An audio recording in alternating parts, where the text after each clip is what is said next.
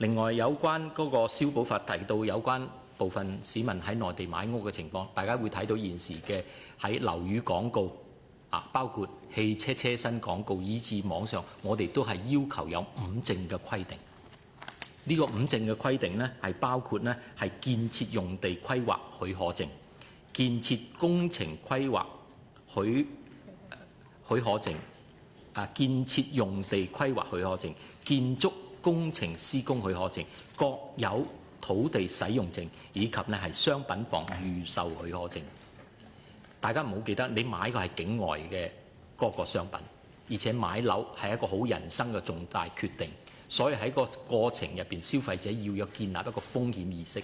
政府要加大宣傳，就係讓大家知道咩情況下要留意啲乜嘢。但係最終做呢個決定嘅情況之下，唔能夠草率，你一定有5證嘅情況做呢個重要嘅決定。我哋會加大呢方面嘅宣傳。另外，消費者委員會亦都係同鄰近建立一啲消保嘅嗰個聯繫，但係呢個淨係一啲調解同埋做有限度嘅一啲兩地嘅協作，但係仲裁方面呢，法律適用方面都係適用當地嘅法律，我哋嘅法律唔能夠適用喺人哋度嘅。咁但係呢方面呢，我相信喺境外採購啲商品都好，喺信息不對稱嘅情況之下，呢個真係要留意，做咗一個精明嘅選擇。最緊要自己做一個決定有充分嘅